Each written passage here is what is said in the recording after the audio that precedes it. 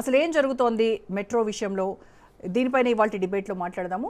డిబేట్లో పార్టిసిపేట్ చేస్తున్నారు కాంగ్రెస్ నాయకులు నుమాన్ గారు అండ్ బీజేపీ నాయకులు శంకరోళ్ల రవికుమార్ గారు. స్టూడియోలో నాతో పాటు ఉన్నారు బీఆర్ఎస్ నాయకులు నిఖిల్ రావు గారు అండ్ సీనియర్ విశ్లేషకులు తులా మధుసూదన్ రావు గారు మనతో జాయిన్ అయ్యారు. నమస్కారం అండి అందరికీ. నమస్తే అండి.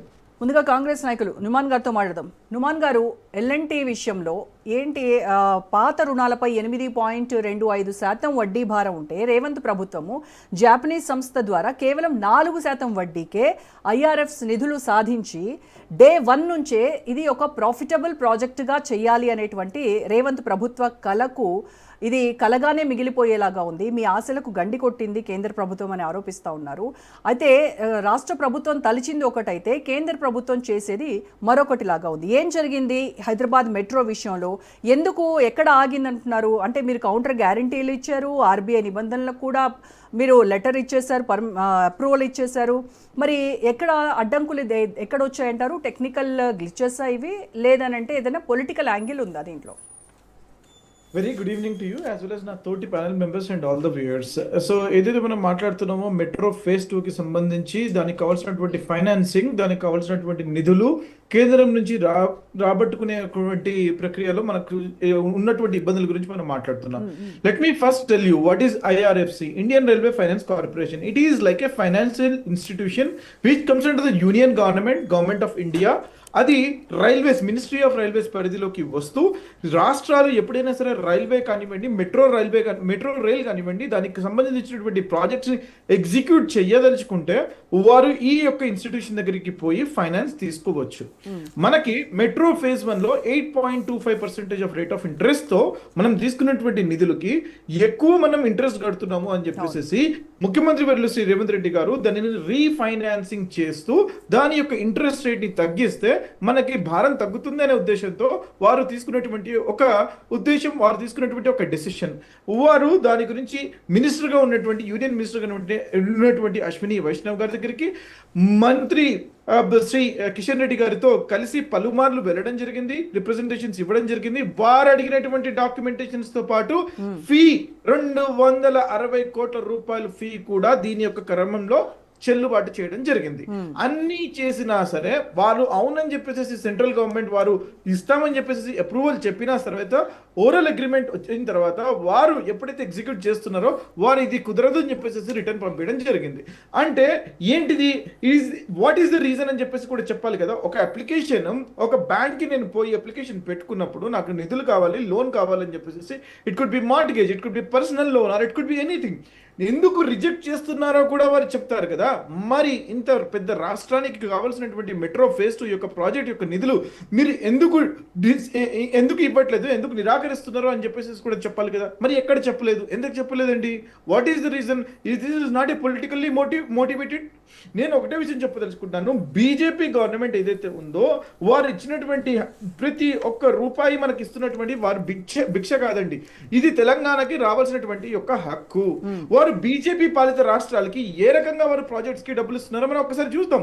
మహారాష్ట్రలో మీరు చూసుకుంటే ముంబై కానివ్వండి, పూణే కానివ్వండి, థానే కానివ్వండి, గుజరాత్ లో తీసుకుంటే అహ్మదాబాద్, బీహార్ లో తీసుకుంటే పట్నా, అంటే యూపీలో తీసుకుంటే ఆగ్రా, మీకు ప్రతి ఒక్క రాష్ట్రానికి మీరు నిధులు అయితే ఇస్తున్నారు. వాటికి కావాల్సిన metro phase 1, metro phase 2, metro phase 3 కూడా మీరు నిధులు ఇచ్చారండి. మరి తెలంగాణకి ఫేజ్ 2కి కావాల్సినటువంటి నిధులు ఇవ్వడానికి మీకు ఏం నొప్పి అండి?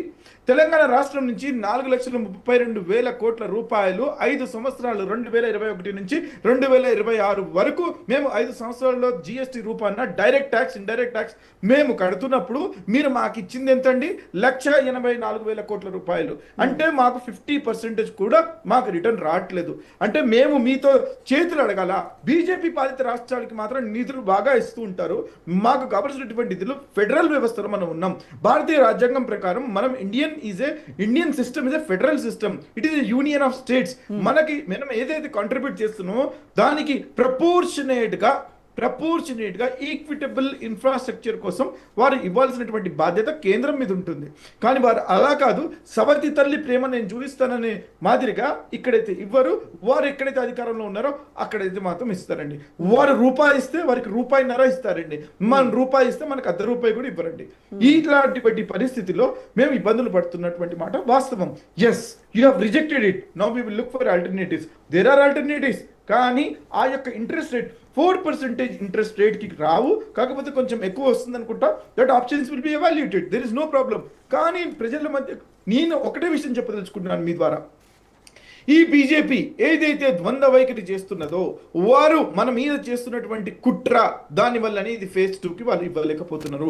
వారు నేషనల్ ప్రాజెక్ట్స్ ప్రతి ఒక్క బీజేపీ పాలిత రాష్ట్రానికి ఇస్తూ, నిధులు ఇస్తూ, గ్రాంట్లు ఇస్తూ, వారు ఇచ్చేటువంటి ప్రతి ఒక్క ఇంపార్టెన్స్ మనకి తెలంగాణకి ఇవ్వడం లేదు. 8 మంది ఎంపీలుగా ఉన్నారు, 2 కేంద్ర మంత్రులుగా ఉన్నారు. వీరు ఎందుకు ఇవ్వరని చెప్పేసి గలం వెత్తడానికి కూడా వారు భయపడుతుంటారు. ఢిల్లీలో మీరు రండి, మీరు ఫైనాన్స్ మినిస్టర్ దగ్గరికి వెళ్దాం, రైల్వే మినిస్టర్ దగ్గరికి వెళ్దాం, ప్రైమ్ మినిస్టర్ గారి దగ్గరికి వెళ్దాం, డెలిగేషన్ తీసుకుని వెళ్దాం. తెలంగాణ కోసం ఎలక్షన్స్ అయిపోయాయండి, ఎలక్షన్స్ తో సంబంధం లేదు. ఇప్పుడు let's work, let's try for the development of Telangana. అలా ఎందుకు రారండి? ఎప్పుడు రారండి? అపాయింట్మెంట్స్ కోరితే అపాయింట్మెంట్స్ ఆపడానికి ప్రయత్నిస్తూ ఉంటారండి. నుమాన్ గారు బీఆర్ఎస్ మాత్రం ఇది కంప్లీట్ గా సీఎం రేవంత్ రెడ్డి ఫెయిల్యూర్ గానే వాళ్ళు చెప్తా ఉన్నారు. అంటే మెట్రో ఫేజ్ 1 టేక్ ఓవర్ చేసి దానికోసం 13,527 కోట్లు లోన్ సాధిస్తాము అని చెప్పి చాలా గొప్పలు చెప్పినటువంటి రేవంత్ రెడ్డి ఇవాళ కేంద్ర ప్రభుత్వాన్ని గట్టిగా నిలదీయలేనటువంటి పరిస్థితిలో ఉన్నారు. ఎందుకు అంటే మీరు ఇప్పటివరకు 258 కోట్లు చెల్లించానని చెప్పారు కదా, ట్రాన్సాక్షన్ అడ్వైజరీ కావచ్చు, లోన్ ప్రాసెసింగ్ ఫీజు కావచ్చు, ఇవన్నీ కూడా మళ్ళీ ఇప్పుడు మీరు ఎస్బీఐ క్యాప్స్ నియమించి మళ్ళీ మెట్రో ఆస్తులు, ఫైనాన్స్ ఆప్షన్స్, లోన్ మొబిలైజేషన్, దీనంతటిని మళ్ళీ మొదటికి తీసుకొచ్చారు. మరి అప్పుడు కట్టిన ప్రజాధనం ఏమైంది? అది 258 కోట్లకు మీరు అకౌంటబిలిటీ ఎవరు, ఏం చెప్తారు దాని గురించి? That's a very good question. First of all, BRS government ఏదైతే 10 సంవత్సరాల అధికారంలో ఉన్నప్పుడు వారికి తెలుసు, మేము మెట్రో ఫేజ్ 1 కోసం పునాది వేసింది డాక్టర్ వైఎస్ఆర్ గారు. వారు పునాది వేసి అప్పుడు పనిచేస్తున్నటువంటి ఒక కార్యక్రమం వారు అధికారంలోకి వచ్చిన తర్వాత దాన్ని కంటిన్యూ చేశారు. Very good. Metro phase 1 Congress government లో మేము పునాది వేస్తే, మేము ఫౌండేషన్ వేస్తే మీరు దాన్ని కంప్లీట్ చేస్తారు. That is very nice. Phase 2 కోసం మీరు మాట ఇచ్చారు, కానీ ఎప్పుడైనా సరే అప్రూవల్స్ కోసం పనిచేస్తారా? మీరు అప్రూవల్స్ కోసం మీరు పని చేయలేదు. కానీ ఈ రోజు వచ్చేసేసి మీరు ఈ రకంగా మాట్లాడటం మాత్రం చాలా బాధాకరం. నేను ఒకటే విషయం చెప్పదలుచుకుంటున్నానండి, మీరు 100% మీకు చిత్తశుద్ధి ఉంటే ఆనాడు మీరు పనిచేసేవారు, ఆనాడు పనిచేయలేదు. ఈ రోజు అకౌంటబిలిటీ అడుగుతున్నారు, జవాబుదారీతనం అడుగుతున్నారు 258 కోట్ల గురించి. You should please understand. మీరు ఐఆర్ఎఫ్సి కానివ్వండి, మరొక కమర్షియల్ బ్యాంక్ ఎస్బీఐ కానివ్వండి, ఐసిఐసిఐ కానివ్వండి, మరొక కమర్షియల్ బ్యాంక్ తో మీరు వెళ్ళేటప్పుడు పేపర్ వర్క్ సేమ్ ఉంటుందండి. ఎక్కడ కూడా మీకు పేపర్ వర్క్ అనేది డిఫరెంట్ పేపర్ వర్క్ ఉండదు. Only paper work will be very little different in between both the process. దానికి తప్పేముందండి? దట్ వి విల్ బి రీయూటిలైజింగ్ కదా. See you need to understand. మొత్తం వేస్ట్ అయిపోయింది, కాళేశ్వరం కట్టారు, దాన్ని వాడట్లేదని చెప్తారు. మరి కాళేశ్వరం మీరు కూలిపోయేటువంటి కాళేశ్వరం కట్టిన తర్వాత దాన్ని వాడకపోతే ఏం చేయమంటారండి? ఎన్డీఎస్ఏ ఇచ్చినటువంటి సెక్యూరిటీ థ్రెట్స్ వల్ల సేఫ్టీ లేదని చెప్పేసి, సేఫ్టీ మెజర్స్ పాటించలేదని చెప్పేసి ప్రజల మీద రుద్దే ప్రయత్నం మీరు చేస్తుంటారు. అలా మానండి. నేను అనేది నిర్ణయాత్మక ప్రతిపక్షంగా ఉండండి. ప్రజలందరూ అబ్జర్వ్ చేస్తున్నారు. తెలంగాణ పురోగతి గురించి, తెలంగాణ డెవలప్మెంట్ గురించి మాట్లాడుకుందాం, చర్చించుకుందాం, కోట్లాడదాం మనం. రైట్ నుమాన్ గారు.